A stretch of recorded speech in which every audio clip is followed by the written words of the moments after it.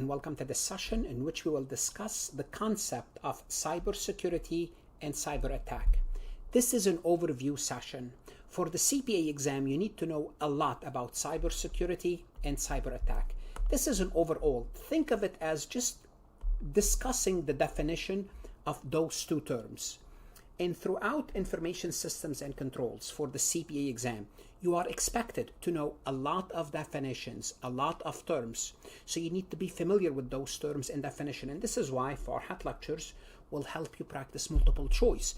I have thousands of multiple choice that deals with information system and control questions. So as you go throughout these sessions, just keep in mind, I'm going to keep repeating this, that you need to know this on a basic level. Basic means you need to know the definition, maybe implementation in a simple scenario. That's all what you need to know. So what is cybersecurity? Cybersecurity involves implementing a range of technologies. It could be technologies, it could be processes, and best practices for what purpose? The purpose of cybersecurity is to protect. We need to protect the organization, information technology environment, and obviously sensitive information. What we're talking about here is data, all sorts of data. We need to protect our infrastructure, our computers, our network, our servers, our emails, and the data that we have. This is the purpose of cybersecurity, is to protect them. So the primary objective is to do what? To manage the risk associated with these threats. And we want to ensure three things when it comes to cybersecurity. One is the confidentiality of data. What does that mean? It means protecting the data.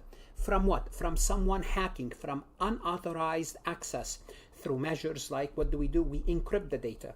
Access control, we limit the access control. And we have a whole session about encryption. We have a whole session about access control. Here, just to give you an overview how cybersecurity fits within encryption and access control. That's one thing. When it comes to data, is it protected?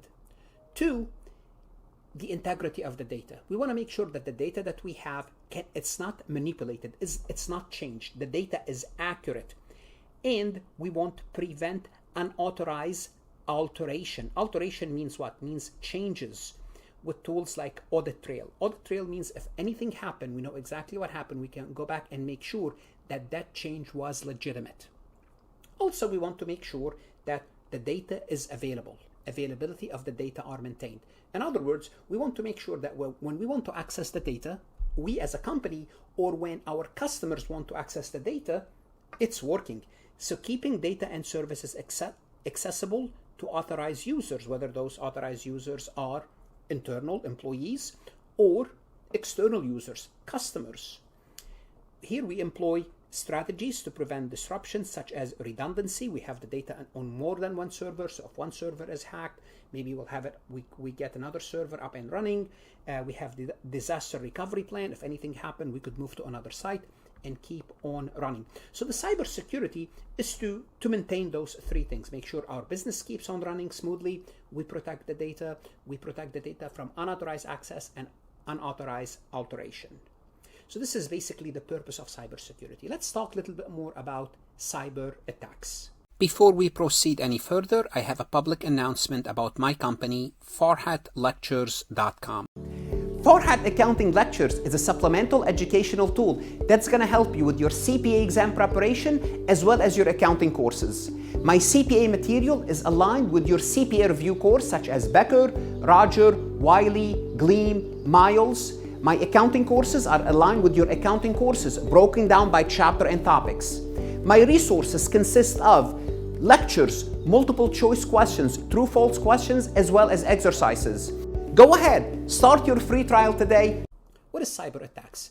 Cyber attacks can lead, when someone attacks us, they can damage us. And those damages could be in form of financial. Basically, we lose money. Usually, we're going to have to incur some money.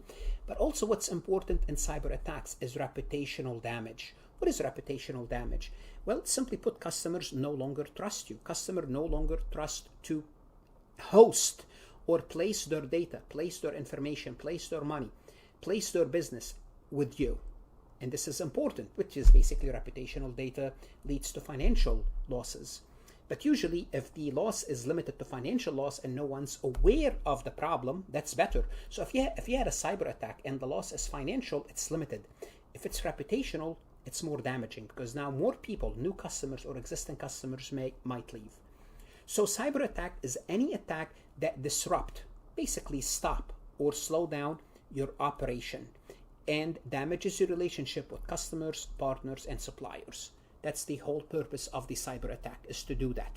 Now, the three most serious cyber attack that any IT governance are concerned about are data breaches, service disruption, and failure to adhere to regulatory standard. And we're going to look at each one of those separately. What is data breaches? What is service disruption? What's a failure to adhere to regulatory standards? In other words, when the attack happened, what's my main concern? Well, my main concern could be the data is breached, my system is not working, my servers, my computers, my databases, or I have to follow certain regulatory standards like privacy standards or government standards that I fail to adhere to. Those are the three most concerning things for a company. So let's discuss each one of them separately, briefly here. Obviously, we're going to be discussing those in different sessions as well. Data breaches happen when what? When you have someone, it's not supposed to reach the data, access this data. Unauthorized parties accessing and using specifically sensitive data. And remember, in the data lesson, we have different type of data. Certain data is more sensitive, more important than other. And this can occur through a cyber attack. For example, they could install a ransomware where attackers basically lock your data, encrypt your data, and the only way they would release it if you make a payment. That's one way. They could access your data through phishing attack. What's phishing attack? We'll talk about phishing attack shortly in the next few sessions, involving deceptive email to steal credentials. Basically, they will send you some sort of an email claiming to be someone and access credential information. Maybe they claim to be the IT department or the auditor, the external auditor or the internal auditor.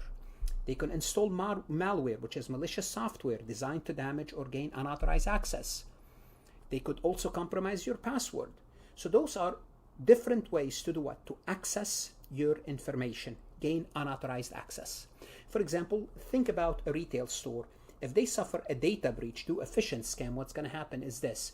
An employee, for example, just give an example, they might disclose their login credential by responding to a deceptive email. Well, then the attacker will do what? Will gain access to the database because the employee has access to the database. So if they can get their credential, they will have access to the database themselves. They can steal personal information like credit card numbers, addresses, and phone numbers. And this is what happened with Target, a company named Target. So Target, well, this is not what happened. This is not how the attack happened with Target. Basically the same, the end product is the same. They were able to steal name, addresses, social security, and credit card information. And here the company would require to do what? To invest in remediation effort. Basically what? Compensate those customers if anyone is affected. Also, they want to have some sort of a public relationship campaign to do what? To fix their reputation and regain the customer trust. Another concern other than data breach is service disruption. Well, if they steal your data, okay, you have a reputational damage, you have a financial damage, but your company keeps on running. Well, Target did not close because of that data breach. But what happened if you have service disruption? This is when, that's it, your system is not working properly. System disruption refers to unexpected event that renders a system or critical application unusable for a period of time. What does that mean? It means you can't make sales. For example, if Target had service disruptions, then they cannot bring up sales, and that's a serious problem. And service disruption, an example of it could include what we call distributed denial of service, or DOS or DDoS, and we'll talk about those later, where someone, the hackers, will flood your website, flood your sales system with requests. For what purpose? Causing traffic, and the reason is to crash your system. Therefore, legitimate customers who want to process a sale, they can go to the website. Why? Because you have this denial of service attack, and we'll talk about that later. They could also inject what's called SQL injection that manipulate data queries to gain unauthorized access and password access to breach the system to disrupt the service. Again, think about an online retailer that experienced a distributed denial of service attack during the holiday season, during their major sales event. The hacker will flood the website with excessive traffic, making it inaccessible to people who wants to make a legitimate purchase. And this would result in sales, and as a result, in service disruption, and most importantly, in bad reputation and customer loyalty. So that's another concern, service disruption. The third concern is compliance risk, and this could be very serious. This involves adhering to laws and regulation and standards that require you as a company to protect the data and privacy in a certain way. And if you don't do that, you are under the mercy of regulatory agencies, government agencies. This could lead to legal issues, legal penalties and fines, and of course reputation. When we talk about regulation, we're talking about HIPAA, the Health Insurance Portability and Accountability Act. We have a whole session about this. This is to protect information that deals with healthcare. The GDPR, the General Data Protection Regulation, again, we have a whole session about this. The PCI-DSS, the payment card industry data. And all these regulations, they require you to maintain a high standard of cybersecurity. So a healthcare provider fails to comply with HIPAA, if they don't adequately secure the patient data, they could be in trouble. Any unauthorized disclosure of the patient record lead to fines, potential lawsuit, loss of trust. Again, loss of trust is the most important among both patients and partners. Other healthcare providers, they may not trust you. So this is an overview of what is cybersecurity, what is cyber attack, and what's the main concern for people at the top. Data breach, service disruption, compliance risk. Now under those three, we have many sorts of attacks. We're going to look at them later. How do cybersecurity attacks happen? But the result will be either data breach, service disruption, or compliance risk. Those are the true three consequences, bad consequences. Let's take a look at this multiple choice question from farhatlectures.com. Which of the following attack is specifically designed to make the system or network unavailable to its intended users? Is it malware? Is it DDoS attack? Is it phishing? Is it compromise password? And here you have three definitions, and you need to know the definition of each. Well, what's a malware? Malware is a software intended to damage or disable your system.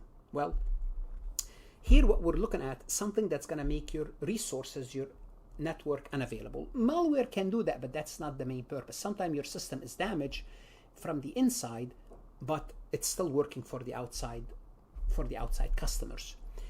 Is it DDoS, denial of service, or distributed denial of service attack? Precisely. That's the answer. This type of attack aims to disrupt normal web traffic to your system, bring down your website, or when someone tries to log in, it's not available. It's so busy that it's not available. Phishing is something else, and again, we're going to look at those. Phishing is somebody trying to steal your sensitive information, and compromised password is somebody trying to gain unauthorized access by getting the password. Therefore, the answer is B as in boy. What should you do now? Really, what you want to do when you're studying for the ISC is work as many multiple choice questions. For example, just this question here, okay, there are 4 answers, and believe me, there's a question for each of these terms. The point is, practice as many MCQs as possible when it comes to information systems and control, and this is what Farhat Lectures can help you. Good luck, invest in yourself, and of course, stay safe.